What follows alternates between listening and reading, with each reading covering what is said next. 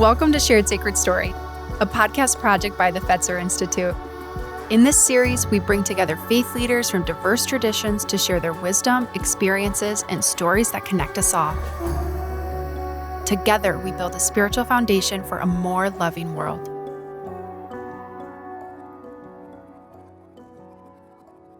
Let me pour you some tea. Oh, thank you, Ruben.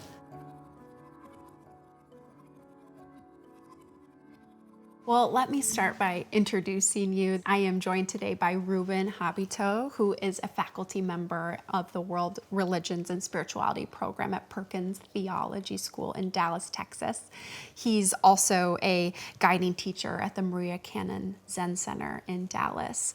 Ruben was born in the Philippines and as a young Jesuit traveled to Japan, where he practiced for nearly 2 decades Zen Buddhism in the Sambo Zen lineage in Kamakura, Japan. He's also the author of numerous books on Buddhism, really exploring this intersection of Zen and Christianity. Thank you for joining us, Ruben. Thank you, Megan. So anyway, cheers. Cheers. So you said you wanted to know the why of things. Well, especially when I was in grade school, I wanted to explore the universe. So I was reading all of these physics books, introductory physics, just to the level of middle school, high school. Oh, wow. And I felt really an amazement at this universe, this fascinating universe. But at the same time, I was born and raised in a very devout Catholic family. Where did you grow up? I grew up in the Philippines. It's in a little town south of Manila. And so I was very fortunate in having 2 loving parents and siblings who were also quite caring and so on. So we had a nice family life. And we would go to church and we would pray in the morning and in the evening together. And so I always took for granted that there's a God that takes care of us and that the whole world is in God's hands and so on. As I continued with my reading of those books on physics and about how the universe is made up, I started wondering, for example, especially in questioning the notion of a God that I had grown up with. Yeah. So when I was in my mid-teens, I was listening to a lecture, or rather, I'd better say I was not listening to a lecture on Elizabethan poetry by our teacher in the high school where I grew up in. And this teacher was waxing profound on the different things that we can find there, iambic pentameter and such things. So I found that all the things you want to listen to as a teen. Yeah. Yeah. So I found myself just looking outside the window, and it was a bright and clear day. Kind of like today. And yes, indeed, it was almost cloudless. So as I looked at the blue sky, somehow my imagination took me to that place, just going far, far, farther away. And then I remembered something I had read in those physics books, that if you shoot a beam of light from any place in the universe, then allow it to just go on and on for gazillions of years, it will eventually come back to the place where it started. And so that somehow flashed in my mind, and somehow something came. If so, then this universe is whole and integrated, and there's no need for an outside entity like a God with a white beard and so on that kind controls things from outside. In the sky. Exactly. And somehow I felt a sense of liberation, that I didn't have to look up my shoulder to see if there was somebody looking at what I was doing and so on. So there was that sense of freedom. So after How that, did you make sense of that? Like, I feel like when moments like that happen to us, especially as a child, and it's outside of what we've been taught or conditioned to see, those moments can really shake us. So how did you go upon making sense of that? Well, it did shake me in a way that once I really thought of the implications of that, then what about the God that I had believed in since I was a child and so on? Especially since I was already having questions, since being raised in a very devout Catholic family that was pre-Vatican II. The belief was that if you don't believe in Jesus and you don't get baptized and don't follow the teachings of the Catholic Church, then you'll be damned. That was the basic teaching then.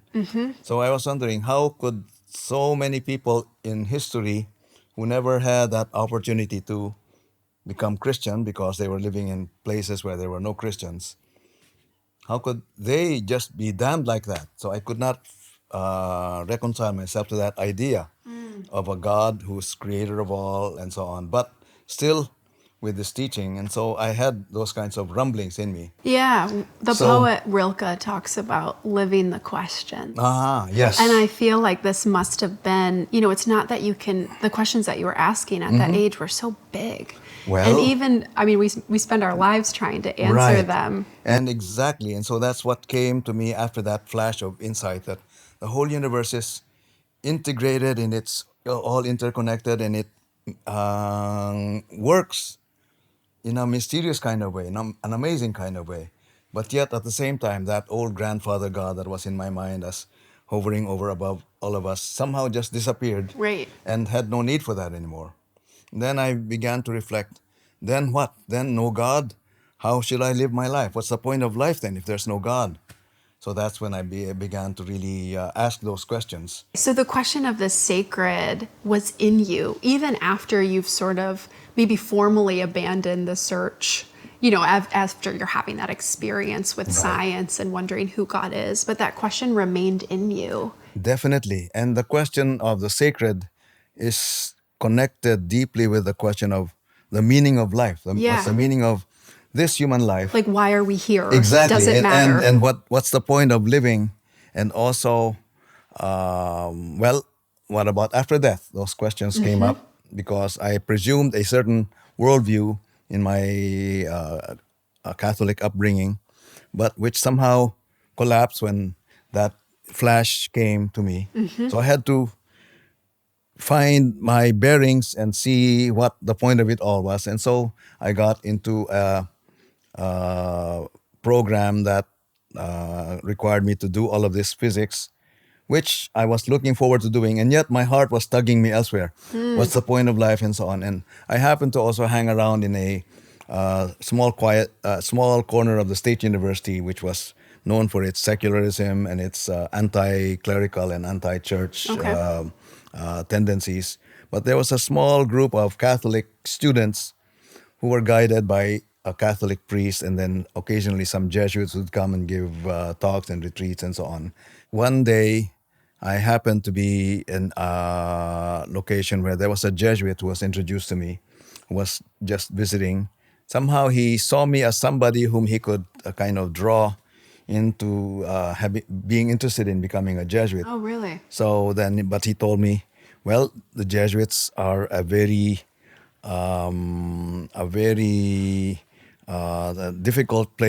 difficult organization, because we only take the best of young men, and you undergo many years of study before you can ever be ready to offer your service to others. And so he told me about the long years of studying philosophy and theology, and when he said those things, I felt, that's what I want. You're like, I've been doing that in my spare time, so if I can do this every day. Yeah, exactly. So I made my application right there, and within a couple of months, I was accepted, and so that was the end of the semester, or the first academic year. So I didn't continue my physics scholarship. Okay, you stopped. And instead, I entered the Jesuits. Tell me a little bit about like what it means to be a Jesuit. Like, who are they? And I really want to know. It sounds like their questions is what really drew you into studying. Correct. Well, the Jesuits are a religious organization for men, founded by Ignatius of Loyola in the 16th century.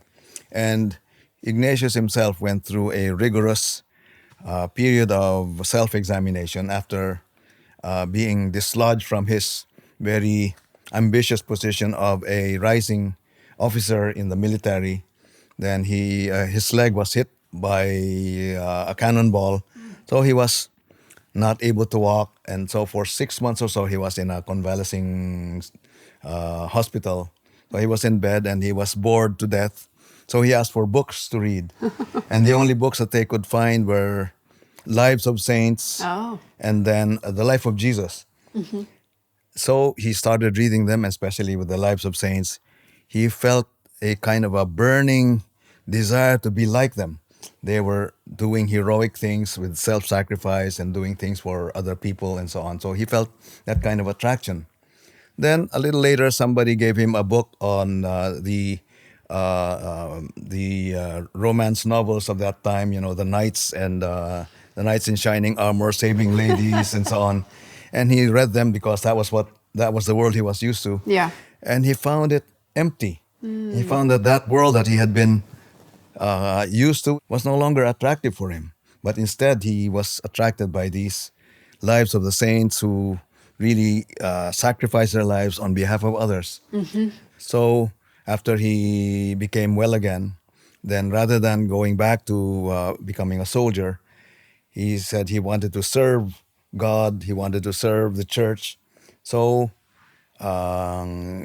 with that burning fervor, he attracted a group of young men around him. He said he felt that he needed to study some more. He was already in his early 30s, but he needed to go back to the university to prepare himself to serve in a better way. So while at the university, he attracted young men who also had that same fervor of giving their lives in service of others. So he led them in the spiritual exercises. That is a process whereby one looks at one's situation and then examines what life one is leading, and then resolves to give one's life no longer for selfish purposes, but for a greater cause. So the motto of the Jesuits is ad maiorem Dei gloriam. That's a Latin term that says, for the greater glory of God. I'll do whatever that calls for in terms of giving myself for God's greater glory. And so that's why the Jesuits are known for these adventurous exploits, being the first group that sent missionaries to India, to China, Japan, and so on, and for doing many innovative things. So I'm so curious then, in like your earliest years, tell me a story about what it was like to be, training with the Jesuits. Well, and where did it take yes. you? It was a very rigorous first 2 years of so-called novitiate, where you live like a monk. We are awakened at 5 o'clock in the morning. And then we immediately have to get out of bed and lift our arms like this and offer our whole day in service of God and service of the world. And then we begin the day, washing up and so on. And then we have a 1 hour period of silent meditation, breakfast, and then chores. And then we do study and so on. So it was a life of just Of following ritual and routine. Right, exactly, a monastic schedule. But the main point was to learn how to be a person for others. Did you learn that? Well, it was through the experience of the Ignatian exercises that somehow gave me a sense of what that meant. Because it's the Ignatian exercises or spiritual exercises of Saint Ignatius is a month-long time of silence in a retreat fashion, and so you would just be given hours and hours to sit and or kneel and meditate and contemplate and allow oneself to really see what is, looking at each and everything. Look at the trees, look at the flowers, look at human beings, look at dogs, cats, look at the whole universe in particularity, and see each and everyone, each and everything as suffused with that divine love. So it's called the contemplatio ad amorem. It's contemplation on divine love, and that's the That's exercise beautiful. that the Jesuit then comes to being guided in. I feel like a component of this that I'm hearing that has been so true for me is doing these, when you have a practice that's a part of your tradition or your lineage, solitude is such an important component of it. Like there is a way that, you're with the Jesuits and you're doing it with other people, Right. but so much of this is internal. Right. And there's a certain level of loneliness that can happen as you're sort of exploring and asking these questions. And I hear that the solitude ingredient in your sharing, that yes, you're with community, but you're really, this is only work that you can do and work you can do with God. And so it is. I would make a distinction between loneliness and solitude. Okay, yeah, tell me what you would say. loneliness is a word in my way of using it that indicates a certain isolation or a So certain maybe separation. aloneness, maybe. Aloneness, Yeah, yes. yeah. Solitude is more like it. So you are able to enter into the depths of your being, and in that discovery of what is in there, you arrive at something that is holy, and you arrive at something that is beyond what you can ever imagine. It's really a boundless realm that you encounter when you enter in within your heart, and there you also find your connectedness with everyone. Yeah.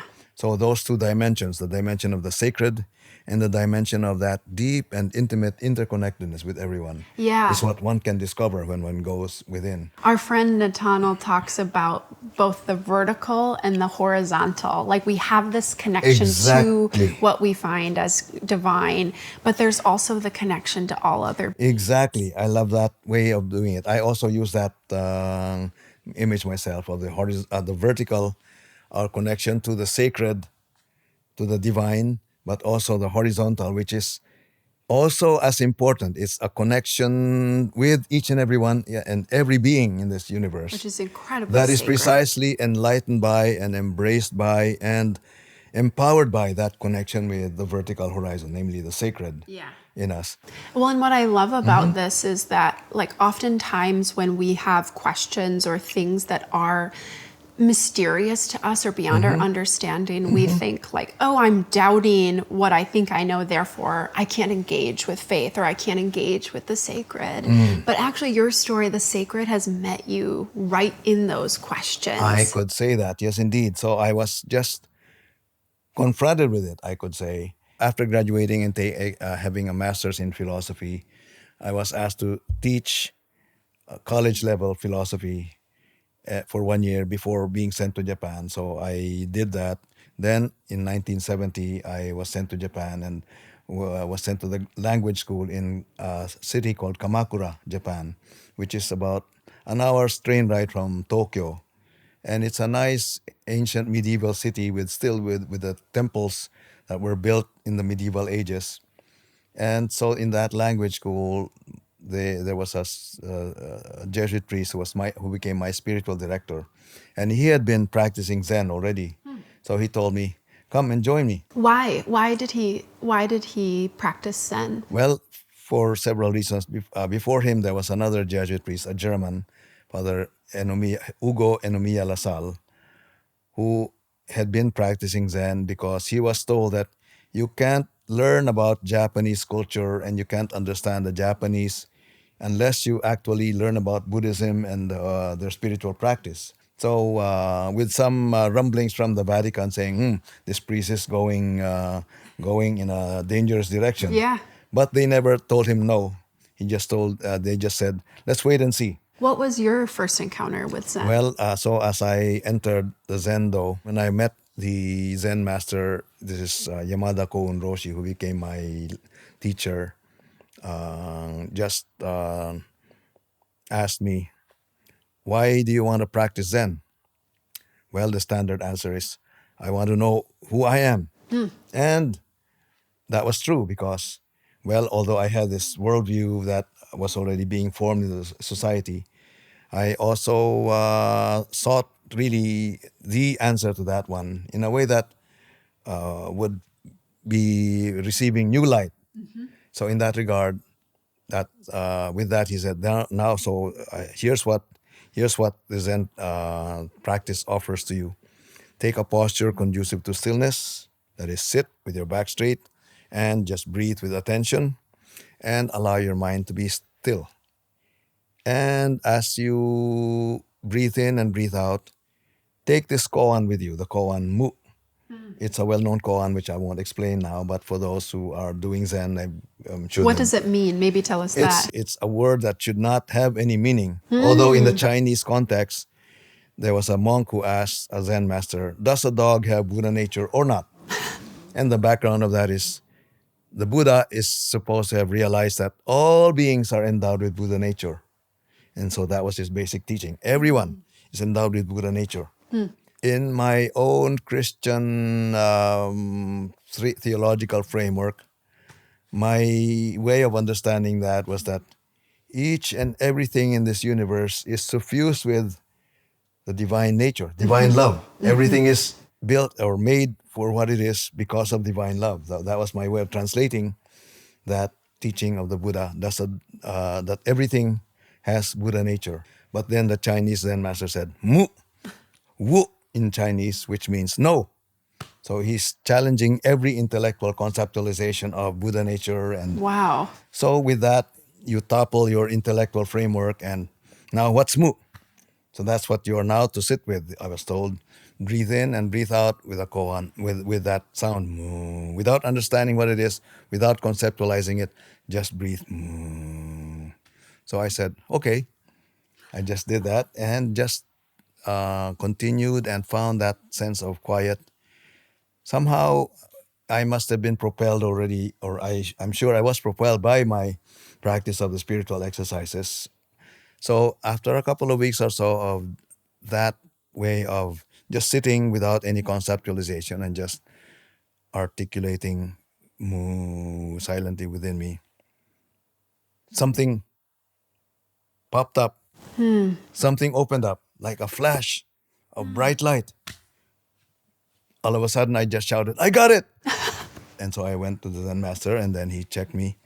Sure enough, you have had what we call a Zen Kensho experience, an experience of seeing your true nature.